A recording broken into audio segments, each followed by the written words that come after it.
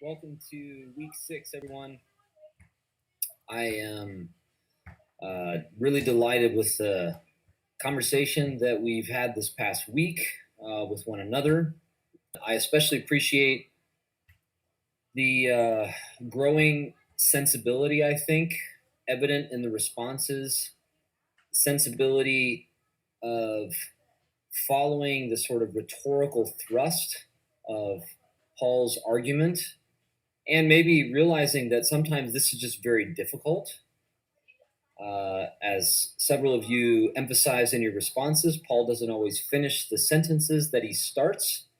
It's a famous philosopher that wrote an essay on Paul several hundred years ago and described him as a man beset by a crowd of thoughts, all clamoring at the same time for utterance. And I think that is a eloquent way of sort of capturing what seems to be the hive mind of the Apostle Paul. And we see that coming out in these now really dense sections of the letter where there's a whole bunch of relevant terms, issues that are crashing into the same paragraph. So, God bless you as you try to sort through that. And I thank you for receiving my expositions charitably as I'm trying to do what I can to clarify the flow of Paul's thought.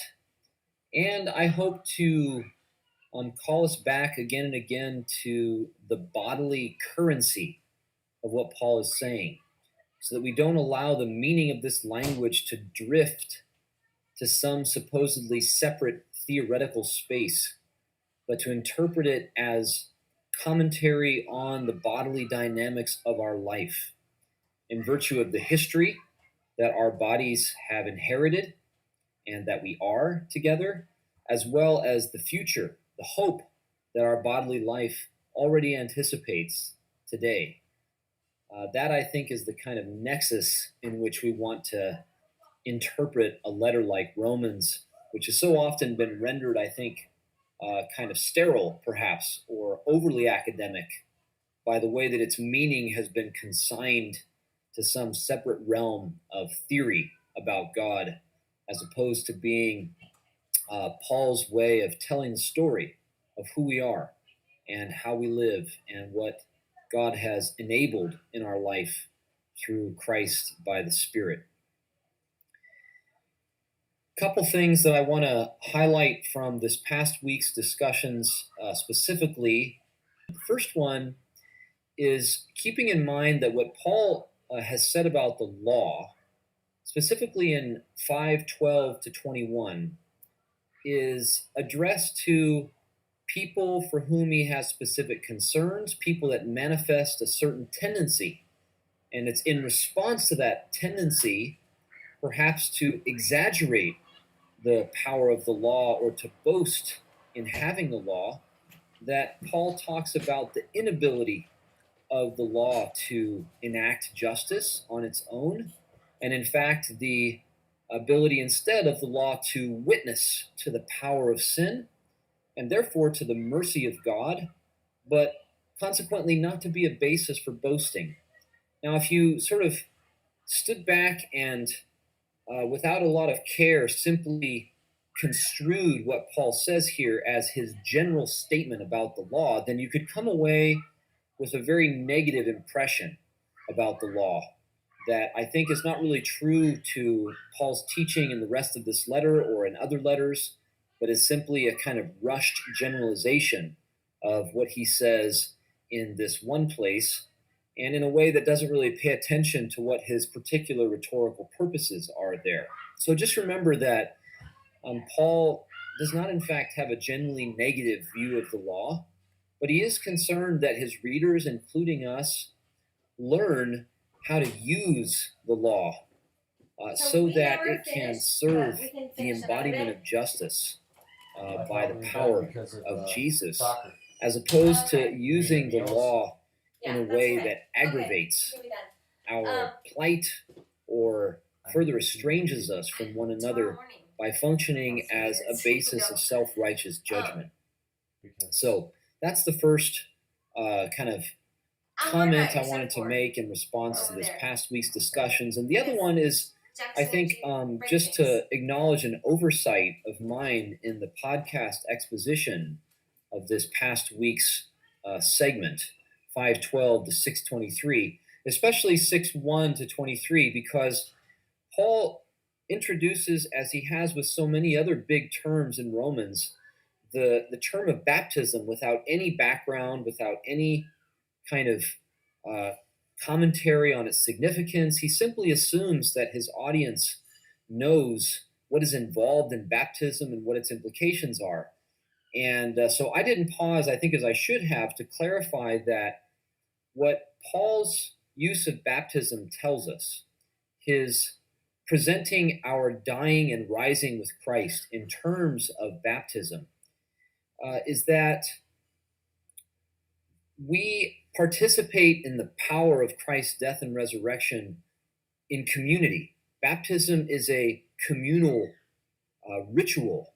It is a way by which members are welcomed into the community, and the members of the community continually understand the nature and the dynamics of their life together, a life of dying and rising in conformity with the pattern of the Messiah. If we don't remember or keep in mind the ecclesial or the communal nature of this institution of baptism, then I think we'll be apt to claim for people some power of Christ's death and resurrection independently of a shared life and community, which is in fact necessary, I think, in Paul's presentation for the sort of transformation that he's describing. So, just a reminder that baptism implies community.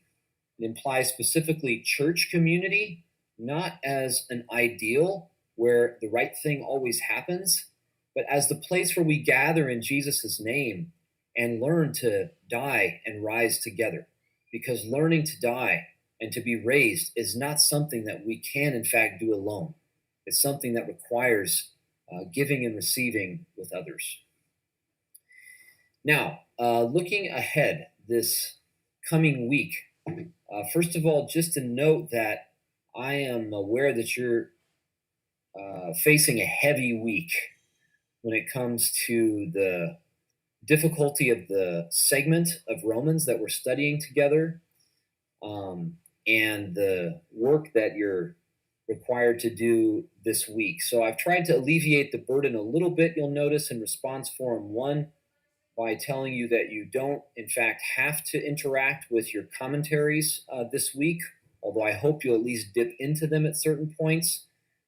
We won't require that that be part of your response in response forum one. And I've invited you to complete the reading of the other secondary material in conjunction with your study of the text of Romans 7:1 to 8:17, so that you can both work with the interpretive questions that I've put to you about that section of the letter at the same time that you're reflecting on those secondary voices. And the second response forum will be devoted simply to a response to the podcast exposition. You can, of course, include reflections on other secondary material if you'd like, but really just asking you to give me some reaction to that podcast exposition. And once again, you can do that in the form of something in writing, or if you prefer, you can record a substantive 3 to 5 minute video of your response to that exposition of Romans 7:1 to 8:17. This is the week in which you'll be submitting a first draft of your interpretive working paper for peer review. So, this is not going to be your final draft of this first formal assignment, but your rough draft, you might say.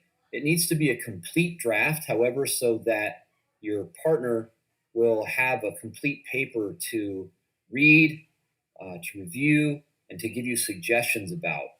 What you're going to receive from me, if you haven't seen it already, is a Google Doc that has your name for the name of the document, and is where you're going to uh, paste the text of your interpretive working paper. That's all you need to do by uh, Monday at the end of this week 6, is to post, or to paste rather, the text of your interpretive working paper onto that Google Doc.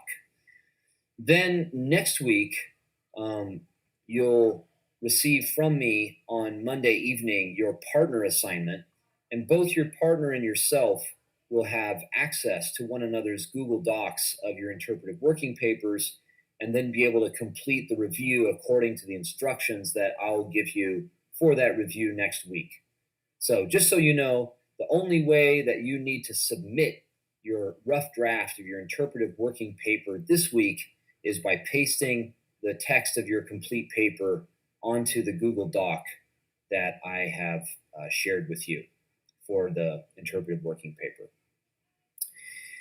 I think you'll find that the texts that we have coming up this week are especially challenging, but I hope, and I actually expect, in light of what I've seen already of your written work the past couple weeks, that you're going to be able to read the thread of the letter with new insight, to be able to grasp some of what Paul is saying with some fresh eyes, because you've been developing this sensitivity to the rhetorical flow of Paul's argument.